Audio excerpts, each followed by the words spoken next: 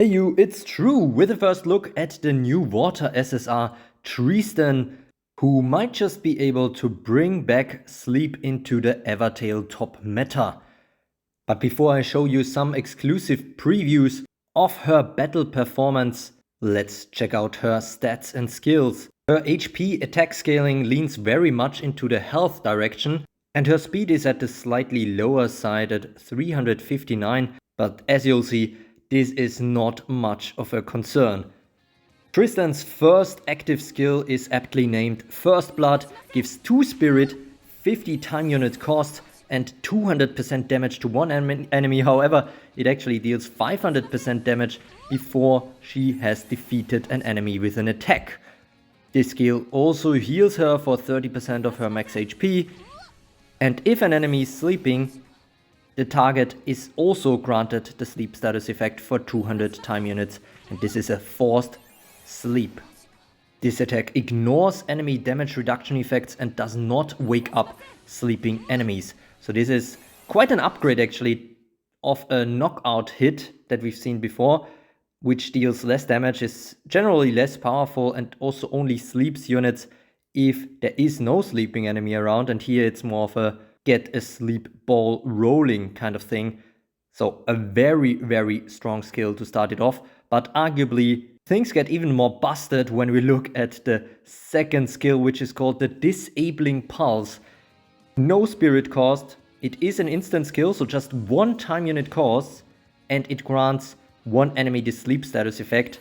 So basically a forced sleep on one enemy for 0 spirit cost and just with 1 time unit cost. This alone would already be quite a good skill, considering that usually you would see some spirit cost attached to something like this, or at least some more time units.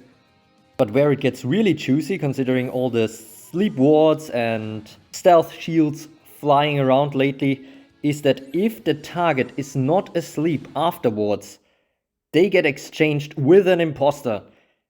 The exchanged enemy will be sent to a random place in line of enemy reinforcements. So this is basically what Dark Cleopatra does, but in a sleep skill set. However, of course, she cannot use this, or rather it will fail on a target that is immovable, which is something to consider, given that we have some meta units that are. And thinking about towards the end of a battle, this will also fail if there are less than 4 enemies on the battlefield, something where other units before her could also create a lot of imposters to fill that up. It is an instant skill with 0 spirit cost, so of course it gets locked. However, there's no time unit lock on this one, just a combo requirement where she needs to use another active skill before using this one again. Absolutely massive skill in my eyes, and especially considering the combination with her passives. But before we look at those, we still have 2 more very strong skills to go. The first one is basically an upgraded Nightmare Dragon that we already saw on Otohime. This one is called Royal Fortissimo. Gives 1 spirit, 70 time unit cost, and 600% damage to 2 sleeping enemies. This attack does not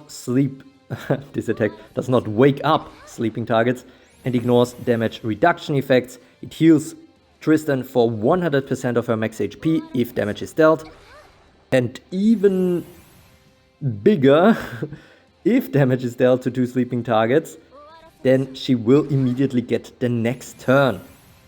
And given that mechanic, of course, there needs to be a lock on this as well. She can only use this she can only use that again after she damages an enemy with another attack. Speaking of which, we have the Royal Grandioso, her only skill that costs spirit, 2 of which, and also with a 70 time unit cost, 600% damage to 1 enemy, and this attack ignores any effects of non-boss enemies that would prevent the target from being defeated. So this is an execute skill, a permanent execute skill is that. Still, it doesn't even wake up sleeping enemies if they survive the attack. This Royal Grandioso skill is basically an upgrade of Gilgamesh's Royal Judgment in a water setup, in a water sleep setup though. So Gilgamesh needed all units basically to be burning. In this case, Tristan needs all enemies to be sleeping to be able to use that skill. But alternatively, it is also a simple survivor skill that is already unlocked after 200 time units, so then she can use this basically every 75 time units, because that is the time unit lock on this skill. So we have 3 of her active skills actually being locked to some degree after use. So this might already tell you this Tristan is somebody to look out for, and it is the first sleep unit that comes with an execute skill as well. The Royal Grandioso does not ignore damage reduction effects though, but given the combo that she could do with Royal Fortissimo, this might not be that big of a concern. And with all the sleep spreading she could do, this could be the push that the sleep meta needed that Water Cinderella on her own failed to deliver. But of course there are still counters, and I am getting ahead of myself a little bit. Let's look at her passives. And there we have Symphony of Vigor, which basically details, or rather increases, all her survivability and also that of her teammates, a little bit of a sleep support in there as well. And then we have the Deadly Tempo, which gives her a revenge effect, a way to get a turn rather quickly, and a Savage or Triumph effect. That was just a quick summary, of course, and while I go into more detail, on the screen there's an exclusive battle preview of a water sleep team facing off against a meta burn build, which will already showcase some of Tristan's actives and passive skills very nicely. Now there is an awakening scaling in her skillset, and that concerns her ability to get a quick first turn.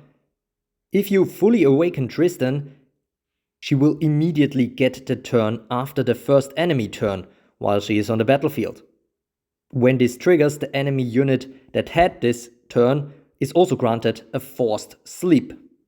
Whenever Tristan defeats one or more enemy units with an attack, all allies will be healed for 30% of max HP, and if no enemies are sleeping, one random enemy will be forced to sleep.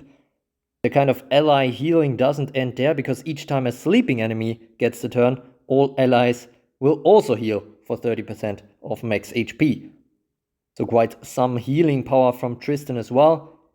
How does she stay alive? She has a Vigor armor, so if she is above 50% of max HP, she has 65% damage reduction from attacks, so this is more like a Vigor armor plus. She also has a hold ground. She can also not be defeated by damage from poison or burn status effects, which is something we already saw with Percival.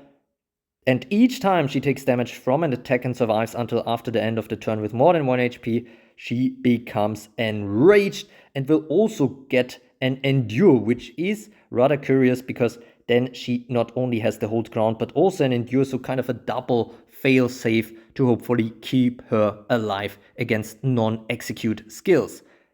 However, if that fails and she does die, then she also comes with a revenge effect. It is a sleep revenge, or rather a forced sleep revenge, and one random non-sleeping enemy will be granted this kind of sleep status effect for 200 time units, but if she has defeated enemies while on the battlefield, then this effect will trigger again for each one of them up to a maximum of 4 triggers. So if Tristan got some kills, this could very well turn out to be a sleep all revenge, which should help especially your sleep team even after her death. And so yeah, while obviously a massive danger to burn teams, which is to be expected from a water sleep unit at this point, there is obviously some stun vulnerability, which compounds with the elemental disadvantage of water against storm. However, despite all that, she might just turn out to be a Storm King Arthur counter in P1 because of her ability to quickly get the turn and use the disabling pulse, which is basically Storm King Arthur's kryptonite. Because of Storm King Arthur's Sleep Ward and Stealth Shield, she would usually not be affected even by 2 forced sleeps against her in a row. But in this case, this is exactly the problem for her, because it will mean that she gets banished to a random place in reinforcements. To demonstrate this, let's check out a meta build versus a sleep hybrid with Tristan, and there you can already see that bye-bye Storm King Arthur right at the start of the battle, which of course is a significant problem for this kind of poison stun build that is ravaging the arena right now. Cthulhu of course still around right there with Unicorn and Light Anya in this case, however now falling asleep, and Unicorn might also struggle. We have the Divine Purification from another new character, Evertale Ludmilla, here on the team with Tristan, and then the two Water Sleep units. Water Cinderella and Tristan going rather wild. Tristan getting first blood, a first kill here with that against Light Anya. And now of course we have the doubling of Dark Sun Wukong, so Dark Sun Wukong still a bit of a struggle, though Tristan is rather well equipped, I would say, to even deal with that right now. Anyways, still hiding behind guards, and so there isn't much that these Dark Sun Wukongs can probably do. The Purification chain is going wild, and now Cthulhu is already in the guard mode, which is rather bad for this team on the left. And now everybody is just permanently asleep. We see combo drive of Evertale Ludmilla waking the enemies up again. However, still there's not all that much that can be done. Of course, Cthulhu is still strong at this point with the kind of hypnotizing and mega poisoning, but nevertheless there isn't much that can be actually done here for the team on the left as of now, as it seems. And the question is if we will actually see this kind of new team builds storming the meta, and then this would actually push back somebody like Storm King Arthur. However, if you think about a different kind of meta combination that we see a lot, which is the kind of Cthulhu Musashi build, Musashi isn't actually somebody that the disabling pulse effectively works on, because she is immovable. So yeah, she might fall asleep from the disabling pulse, but she certainly won't be banished and replaced by an imposter. And this is actually a significant part, a very important part here for this new kind of sleep team. Also, thinking about another Storm unit that we haven't seen in this battle here, Unicorn and Storm King Arthur, of course, might struggle a little bit with this kind of Tristan skill. Tristan also kind of nicely counters the stun effect that Unicorn has at the on entry for units. So if Tristan comes from reinforcements, then something to consider here is that she will still get the first turn if she is fully awakened after the first enemy turn, no matter how stunned she is at that point. Of course, afterwards, stuns are effective against Tristan. And so thinking about another Storm unit that is actually a hard counter to Tristan, Napoleon, because Napoleon is both immovable and permanently kind of sleep immune. And so this is a bit of a struggle. Of course, there are other issues potentially with using Napoleon, but this could actually be the push that Napoleon needed to rise back up. But of course, only if we have this kind of chain effect where Tristan becomes kind of meta in Platoon 1. But then if Napoleon becomes standard in Platoon 1 on your server, for example, then the question is again, how effective will Tristan still be? But as you can see now, everybody is dead except Storm King Arthur, and now even Storm King Arthur can't do much anymore against this kind of sleep force. So yeah, those are my first thoughts on Tristan. Since the next Lucky Fountain will drop before Tristan's first banner ends, I would recommend to wait for that if you can, and it will also give you the opportunity to already have a preview of Excalibur, the next SSR, around the corner. Hope you enjoyed the skill and battle previews courtesy of Helios, and Anonymous.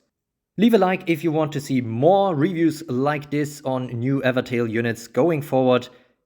And as always, thanks for watching.